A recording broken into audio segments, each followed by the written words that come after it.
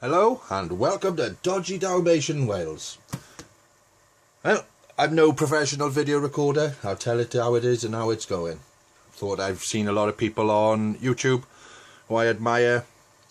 BigClive.com, AVE, TechMoan and various other people from around the world, all doing tear downs, strip downs and basically doing building things. All great, wonderful stuff. So what I'm going to do is try and make a channel that incorporates a bit of everything. So a bit of tear downs of junk I get, also a little bit of building of all various different types of things, and just generally see how it goes. Now, my electrical engineering and electronics is very basic. I don't know very much about it, so you will be seeing some amazing bodge ups, I'd imagine is the best way to put it on here, because that's what I'll be doing. And I'll be making loads of things, because I see people building things of electronics using breadboards and circuit boards and soldering, and I thought I'd like to learn to do that. And I thought what better to do than to put videos up of me learning things like that. Anyway, today I'm going to be starting with some junk I bought on eBay that I'm hoping isn't as much junk as I've been told. That. Now what this is by all accounts from the description is a 4 kilowatt variable resistor for 220 volts AC, which we can see there, 220 volts, 4,000 watts. Bought from a guy in or a girl in eBay, China. Little bit of information that I've managed to find up online is that goes with just a little extension lead, single thing that I've got. It's the only one I've got spare. It's been beaten and battered because I've stuck wires in there and jammed a plug on it and it went boom because I couldn't be asked to change the plug. And all sorts of shit happened. But hey, I learn from my mistakes.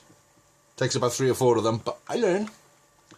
So today what I'm going to try and do is put that in that, which I nicked from an old house I was in. So I figure if I open that up, put that in there, so it's twiddly knob on here, plug that in, plug something into that, turn the knob, light goes bright, light goes dim, or kettle goes hot, or not quite so hot. We'll see how it goes.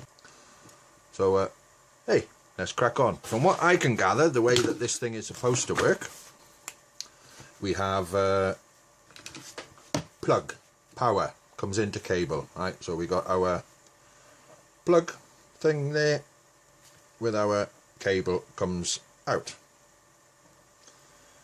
We got a live and we got a not live. So we got our power comes from that, and so we got our live comes in, goes down the extension lead. We'll be coming in from the plug. We'll go into our, we'll just draw a quick box with a knob thing on it. That is this device. We've got our heatsink thing.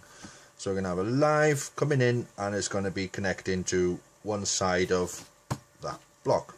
It's on the other side, but hey, one side of that block is where it's going to connect. And it's going to come from there and it's then going to carry on into the extension cable. So there's the extension cable, and on the other end of the extension cable is that. Right, so then we got our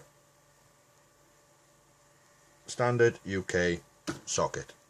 Theory is, plug that into my wall, switch it on, give it 250 volts juice, stick something in the socket, which will be like a lamp or a kettle or something that's not too electronically sensitive, something that's got a heavy load, and we'll see how well it works once I've put this in a box, because obviously if I plug this in and try using it, and chances are this might be live, or I'll be like a dick and I'll put my fingers underneath and it'll be like jumping all over the living room with my eyes lighting up, and I don't want to do that, so I'm going to try and stick it in there. So that is the plan, and we'll see how that goes. So let's get on with it. let's open this up and see what we got inside regarding size and how far we can go to put this in. So it's safely and preferably in the middle and not having the heatsink too close to the edge, because I think that will stop a bit of airflow, although I'm not sure how restrictive this will be. It's got some holes in it already, but hey, we'll see. Right then. Variable speed, see?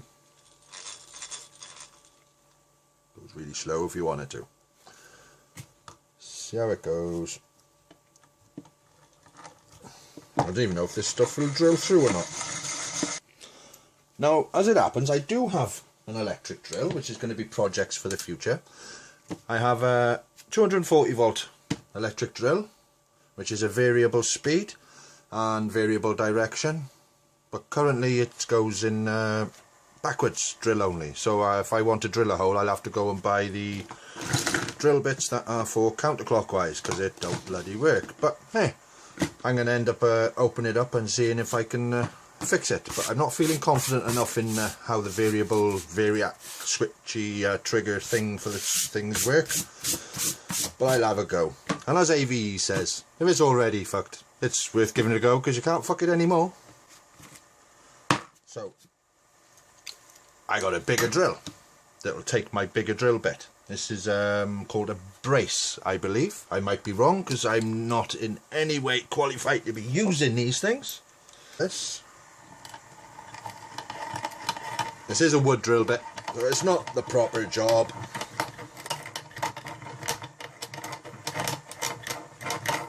I also do have a battery drill as well, but I don't have a charger for it.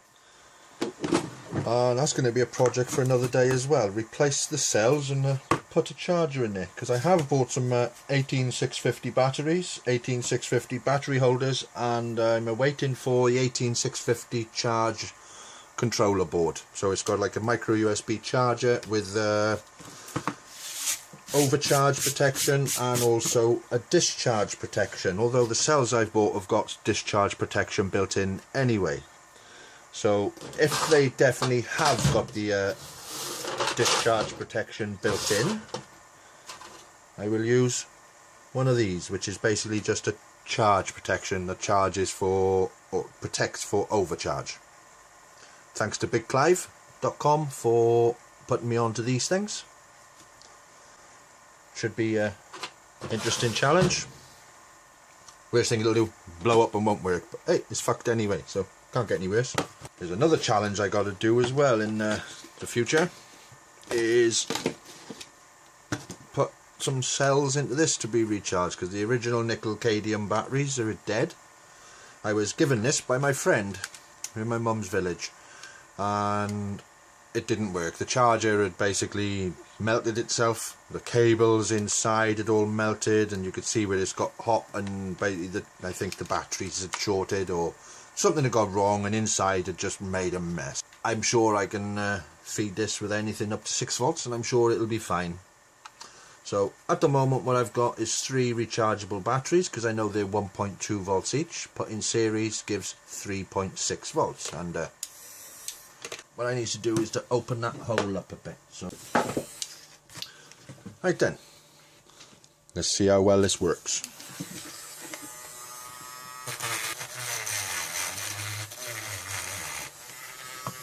I feel like a dentist. Same bloody noise. Right, that seems to go through there now quite smoothly. In fact, let's stick all my bits in the tin. What I need.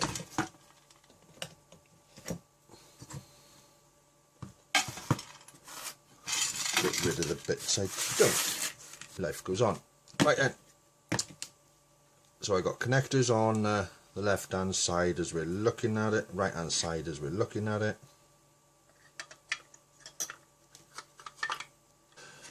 Righty then, so I've got the box ready. Next bit from the plug, needed to separate the live to go down to the neutral. So let's strip the cables down. So we need one of these special wire stripping tools, which I have here. The just the job, and the right colour for it as well. Gently, gently scour there. Gently, gently scour there. Bend it until it snaps, like so. All we need to do is actually, no, I won't do that. I'll continue with the Stanley because I'm brilliant with one of these tools. And hey, I cut myself. It's great entertainment for YouTube, right?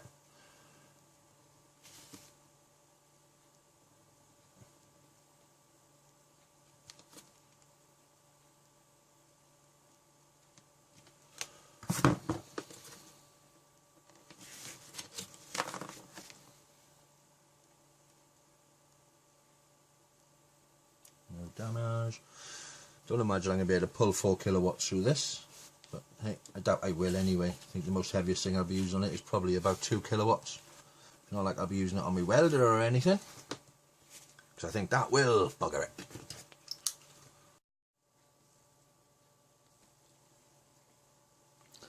Now, one of the problems I have on eBay when there's things I want, I don't even know what the hell to type half the time for what I'm looking for. It's like when I was looking for this variable thing, which I've been after for quite a few weeks. Now this variable thing itself, I didn't know what the hell to type. So just have to wait and see. Now then, where's my button? Because you got to press a button on these things to open them. Like that. Poke in the wire. Poke it in the wire. Right then.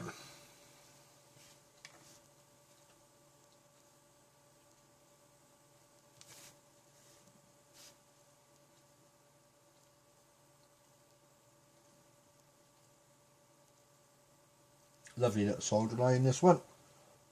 Hasn't got much thermal capacity. You touch it on things, it tends to cool down quickly. But great for little jobs like this, and better than unplugging the, or plugging in the mains and fighting with the cables and things. Little things like imagine them resistor things and light bulb, not light bulb, LED things are going to be easy enough. Love the smell of this. And real solder. I've got about 25,000 years worth of lead solder.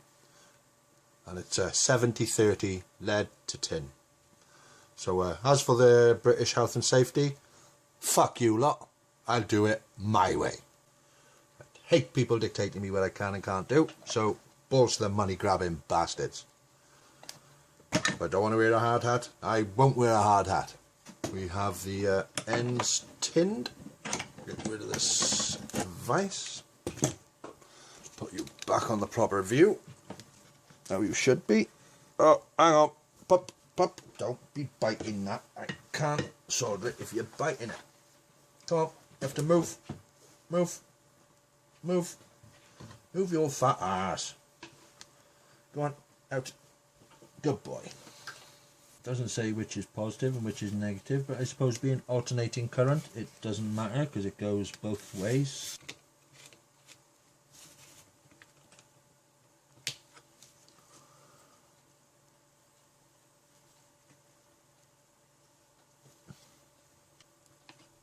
I know you Americans and Europeans or Canadians, over here we call that Phillips. I know a lot of people call them crossheads and posi drives, but to us British, that is a Phillips because it's not the posi drive because it doesn't have the 8 segments, it only has the 4. It's a Phillips screwdriver. Now I need my tinny thing.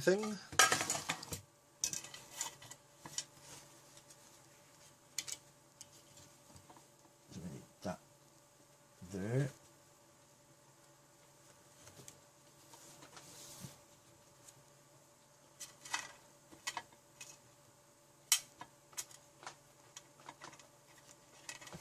Tuffy. No. I'll bite you.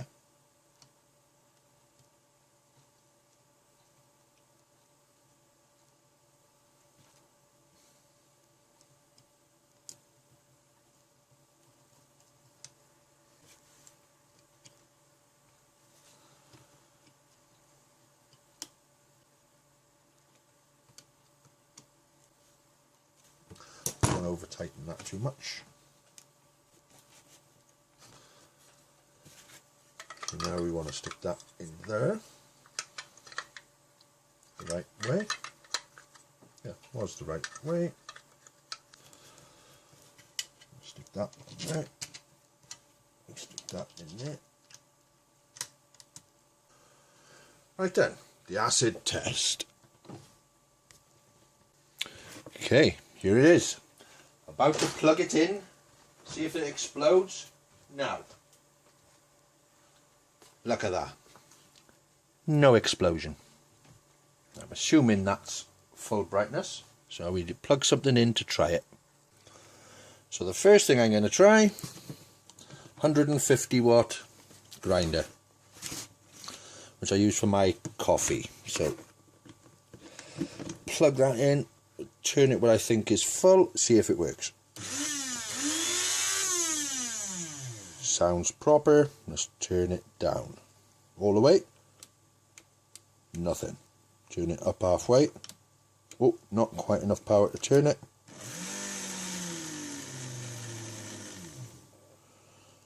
Got a stall.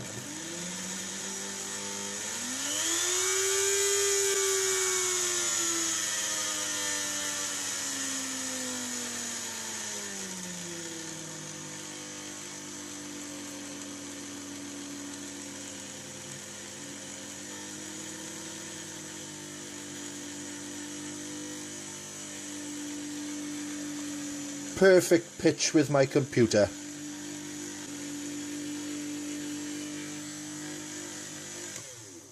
Well, that's a success. Let's try something heavier. And my looking ended up going out to the shed to go and find out something else to use, which was this old toaster that I no longer use. I don't want to use my new one because I don't want to damage it, but we'll stick it on full power.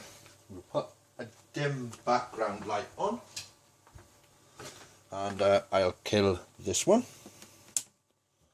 so as we can see what's happening. Right then, maximum time. Oh, she's buzzing a bit, but she's getting warm.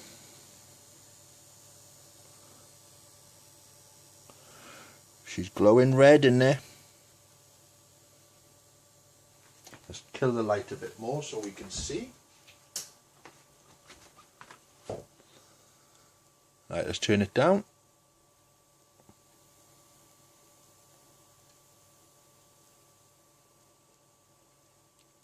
Well, seemingly it's running 800 watts, okay? Because the whole unit's 1600 watts and it's a 4-slice toaster.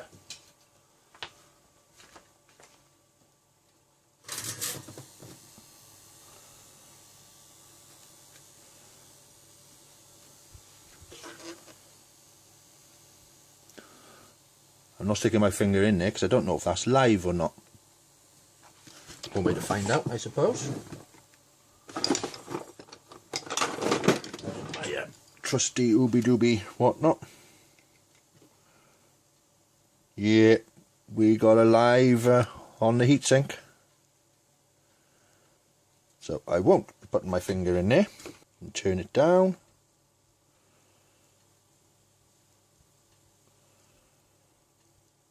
Pocket. Ah, magnetically held. As you turn it down, just see the blue lights on the bottom.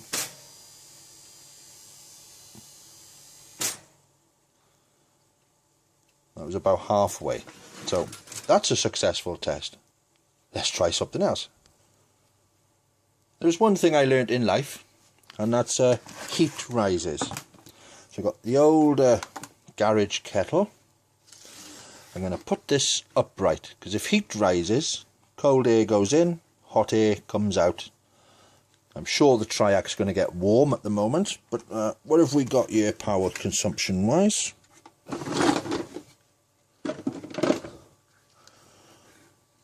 What we've got is 3 kilowatts. So let's see. Oh, everything's dimming. Let's turn that down. No, things aren't dimming.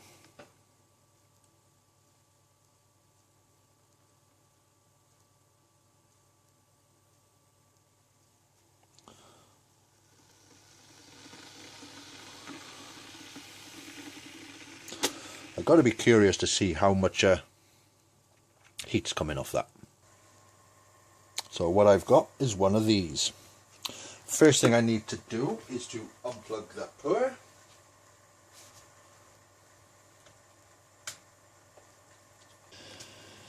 But it's right behind the triac, so we'll right, I need to put something there to hold that, I think. So I reckon the peg might do it. Right, that's now been held against the heatsink. Let's let that stay there for a couple of minutes just to see what temperature she comes to. Right, things seem to have settled here around about 26.2. So let's see how 26.1. So I think that's right. So I'll reset the high-low, and we'll try it on full whack, or a full dimming, so it's like as little power going through as possible, just to see what happens to the heat. Oh, let's plug ourselves back in first. We can't go anywhere without power, Captain. Right, we're at 26 degrees Celsius. Shall I go minimum or maximum first? I figure with maximum there should be less heat because there's less resistance. Turn the kettle on and see what happens. I think it's safe to say that that triac is definitely heating that little heatsink up. This could have its uses if it can hold it.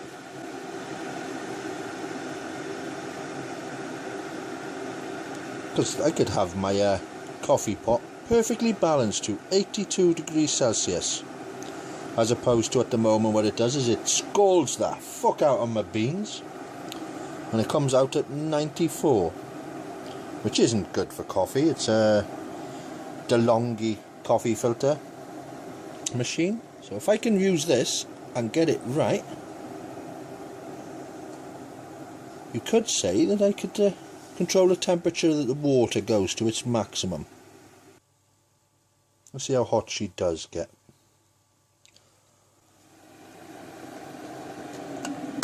In fact, I shall fill the kettle up first. Right, I don't imagine that this thing will let me pull 4 kilowatts for a very long time. So what I'm going to do now is I'm going to change the camera speed so that it goes at 4 times faster, or 4 times the speed of what it should be.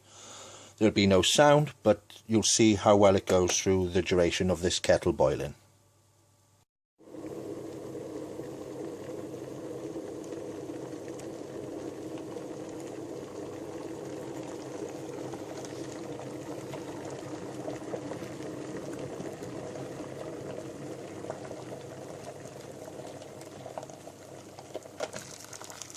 Opening the lid so that I don't trip the heater. I can keep the water so it's just slowly tippling to a boil. Should get to about 62. Yeah, I can feel the heat in that. I think I'm going to have to get a different box and give it some temperature.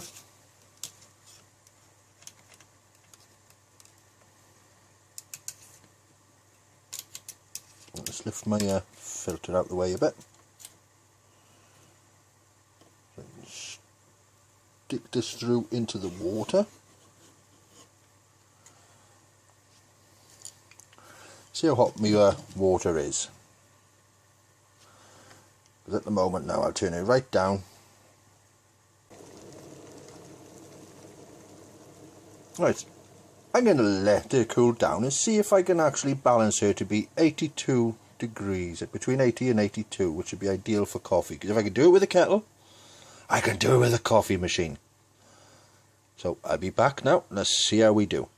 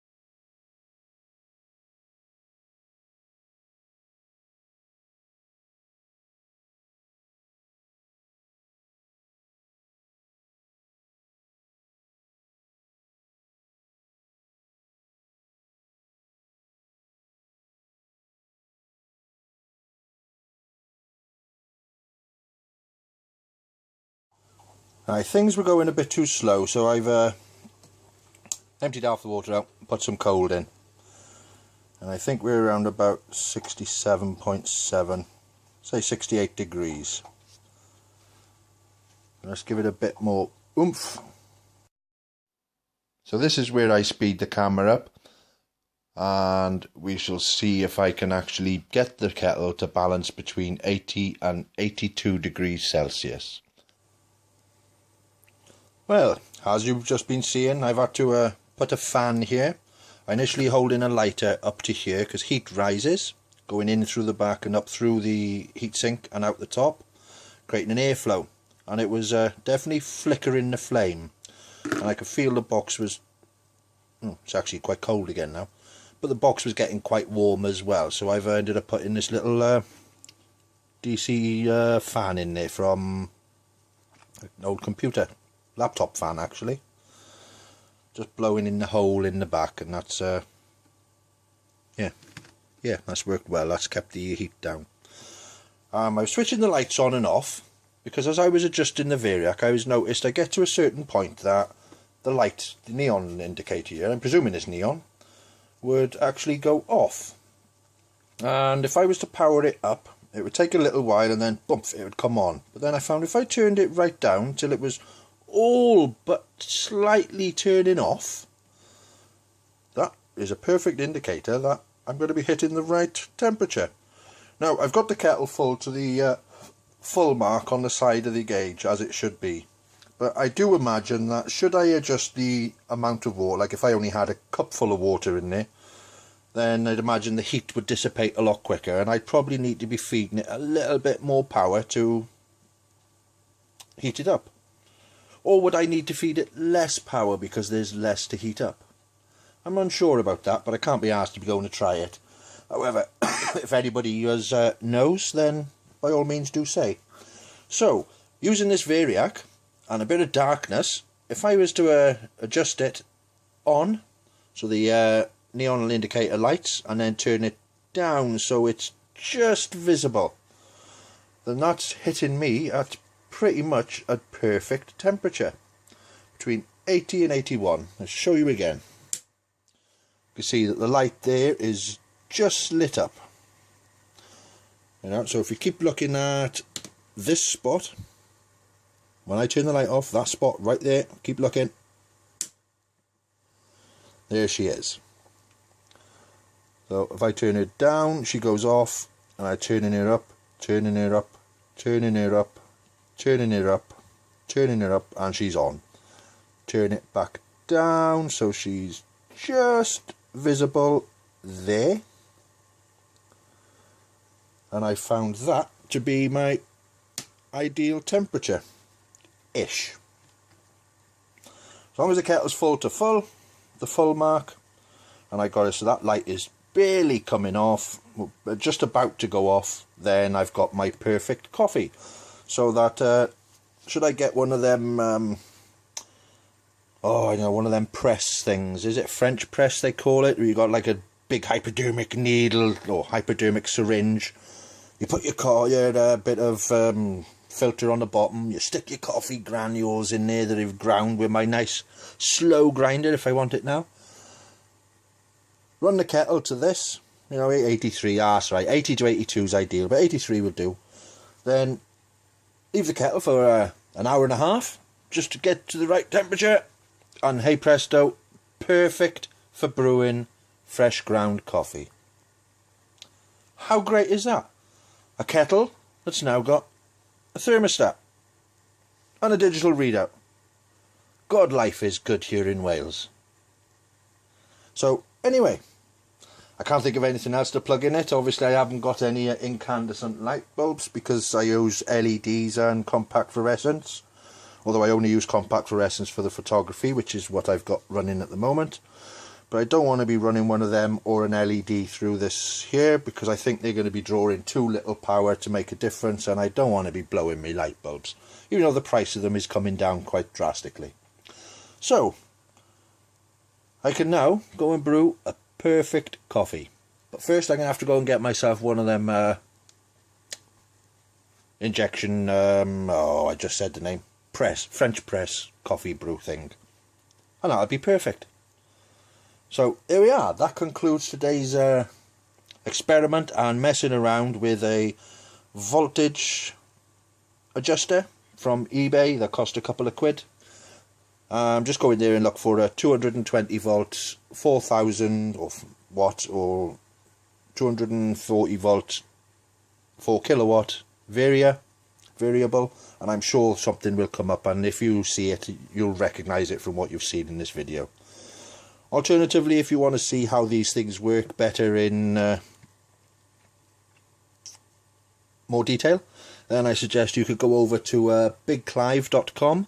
He's on YouTube as bigclive.com, as in DOTCOM, all one word, and he will be able to, or saying he will be able to, there is a video that he's got on there that shows one of these things teared down, and he does nice schematics of how it works and what the values of the resistors are and what's happening. He really does a good job at showing how things work. And Big Clive, he likes to buy things from China and tear them down.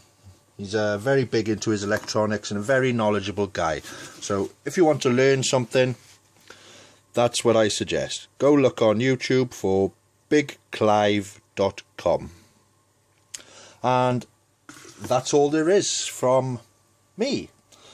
That's today's messing around done. So I shall now go and upload this to YouTube, and we'll see how it goes. Anyway, be nice if AVE ended up watching one of these, and if so, keep your dick in a vice. Cheers for watching.